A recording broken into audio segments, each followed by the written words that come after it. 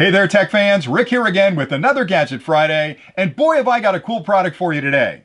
It's the Orei EX-230C HDMI Extension Kit. This product makes it incredibly easy for you to share all of your HDMI media content with a second location in your home, up to 130 feet away in full 4K resolution, or up to 230 feet away in 1080p resolution over a single Cat 6 or Cat 7 cable. It's the perfect product for enjoying a DVD up in the upstairs bedroom while the DVD player stays downstairs in your den. Or maybe you've got a second location in the basement. Hooking up one of these devices between that primary and secondary location allows you to enjoy that content and actually control that content as well. Now, the product features a lot of things that you won't find on other HDMI extenders, starting with a local loopback functionality. And that's important because it allows you to enjoy the content at that primary location while you're simultaneously broadcasting it to the secondary location. It also includes power over cable technology, which means a single power supply is all you'll need to operate the entire system. Because the minute you plug that into the transmitter, the power required for the remote location is sent over that same LAN cable. And finally, it includes an infrared blaster kit, which is super important because that will pick up the remote control signals at that secondary location and send those digitally back over that LAN cable to the primary location where they're broadcast to control the content you're watching. So if you're in an upstairs bedroom and you want to pause something or fast forward something, that infrared blaster kit will make that happen. So it's a very complete system. Now, the way I'd like to run this clip is I'll start with an unboxing of the product just to show you all the components that are included, and then I'll take a closer look at each of the components and explain the connections you'll need to make to use it with your own gear, and then I'll point out some of the key features that really separate this from other HDMI systems on the market. And I use these all over the house because it allows me to eliminate the need to purchase another DVD player upstairs and be chasing DVDs around and all the rest of that. It's just keeping my media center organized, and sharing that content with an upstairs bedroom or downstairs in the rec room is a really powerful thing. So stay tuned, and next I'll do the unboxing, then we'll take a closer look at the components, and I'll come back and actually install it here to show you just how easy it'll be to use with your own equipment. Inside the kit, you'll find the transmitter module, the receiver module, a single power supply. This end plugs into any standard wall outlet. The other end has a barrel connection on it, which plugs into the transmitter, and a collar you can use to tighten it to keep it connected to the transmitter. You'll also find a set of infrared blasters. These are responsible for picking up the infrared signals at the remote location and sending that back to the primary location. They are a little bit different. You'll notice this one has a larger head on it. That goes on the receiver end, and that picks up the infrared signals. This one has a smaller head on it, and that goes on the transmitter end and actually rebroadcasts those infrared signals there. You'll just plug these 3.5mm plugs into the back of the unit where the infrared blasters are labeled. You'll also find two sticky pads you can use to attach these to your media equipment, a warranty card, and a full instruction manual that lists connection diagrams, specifications, and other information you'll need to understand exactly how to use this product with your own equipment.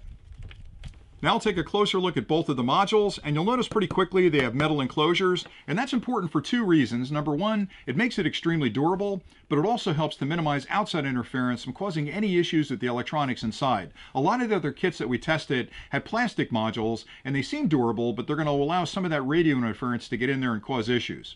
You'll also notice that there are two mounting holes on either side. That allows you to mount this module up off the ground and out of the way. On the one end, you'll find a DC power port on the right. That's used with the included power supply. You'll plug the barrel connector in there, tighten the collar. That's all the power you'll need for both modules. To the left of that is a LAN port. That's where you'll plug in your Cat 6 or Cat 7 cable between the two modules. That's the only connection you'll have between these two modules. To the left of that is the infrared blaster port. That's used with the smaller of the two infrared blaster heads. The infrared blaster transmitter plugs in right there, and it'll actually broadcast the signals that are coming from that remote location. On the other end of the module, you'll find two HDMI ports, HDMI in and HDMI out. The HDMI in port connects to whatever media device you'd like to share with that secondary location. The HDMI out port is the loopback port. You can plug a monitor in here at the primary location and enjoy the content you're sending to that secondary location at the same time. In the middle is an EDID switch that allows you to adjust the output resolution to either the receiver or the transmitter specifications, and you can adjust the resolution and frame rates to give you the best possible picture. On the receiver module, starting on the one end, you'll find an HDMI output port. That's connected to whatever monitor you're using at the remote location.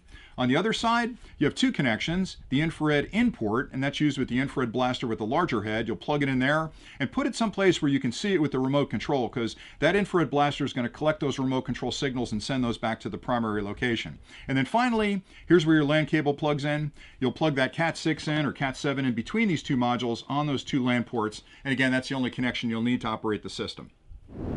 Now I'll show you the connections you'll need to make to use this HDMI extender with your own equipment at home.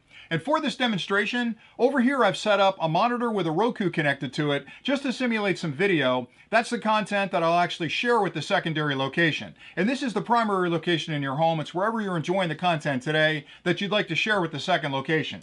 Here I've got a second monitor. This is simulating that upstairs bedroom or downstairs in the rec room. It's wherever you'd like to enjoy that content. I have the transmitter here and the receiver here.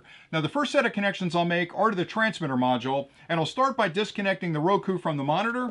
Standard HDMI connection here, and that plugs into the HDMI input port on the transmitter. Now once I've made that connection, I can add power if I want to, but I'd like to actually connect up the receiver next. So I've got an HDMI cable right here from the receiver, and I'll connect that up to the HDMI output port on the receiver. It's the only HDMI port here, and I'll plug that in. And now I can add power to both units. I've got the power supply plugged in already, and I'm going to connect that up to the transmitter module. And again, it's a barrel connection, plugs right into the DC input port. I'll tighten that. The minute I connect up power, this unit is starting an internal power and self-test where it's checking all the electronics to make sure they're working okay. When it passes that test, it'll let you know it's ready to go because you'll see an LED come on here. Now I can actually loop it back to this monitor now so I can watch that same content here, and I'll do that next. I've got an extra HDMI cable right here that I'll connect up to the HDMI output port on the transmitter, and I'll connect that back up to my monitor. So now that I've done that, I've actually got the transmitter ready to go to start transmitting video and audio to the secondary location. Now it's going to take a second for it to actually broadcast here, because what it's doing is checking the resolution of my input device, the resolution of the monitor. Now the only connection I'm missing is the LAN connection between the two ports. And again, that's got to be a Cat 6 or a Cat 7. I could use a long cable here, a 230-foot cable, but since I've got limited desk space, I've got a really short LAN cable. And this is a Cat 6 cable. So I'll connect that up to the transmitter. And the minute I connect it to the receiver, what's going to happen is the power required to run this module is going to be sent over this immediately, and this is going to go through a power on self-test where it's checking the electronics to make sure it's working. It's also checking the resolution of the monitor, letting the receiver, or I should say the transmitter, know what that resolution should be so it can make whatever adjustments are needed to give you the best picture. So all that happens in the blink of an eye. It's going to take a couple of seconds. Everything has to resync. It's letting it know, hey, I've got a receiver. Let's connect. Let's talk. What resolution have you got? Let me send that over to you on the receiver end, and boom, there you go.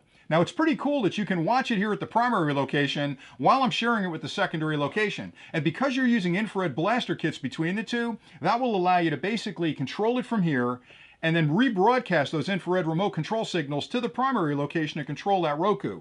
And by the way, hey look, there's a Drone Valley channel on Roku. Isn't that cool? We set that up last year. So if you want to watch us and you've got a Roku device, search for the Drone Valley channel. I'm going to be posting a ton of videos up there, and that allows you to sit back on your couch and really enjoy watching us on a widescreen TV. Anyway, that's pretty much all I had for this demonstration, but it really is just that simple to get it working. A couple of connections on the receiver end, a couple connections on the transmitter end, and you're broadcasting HDMI content to a remote location.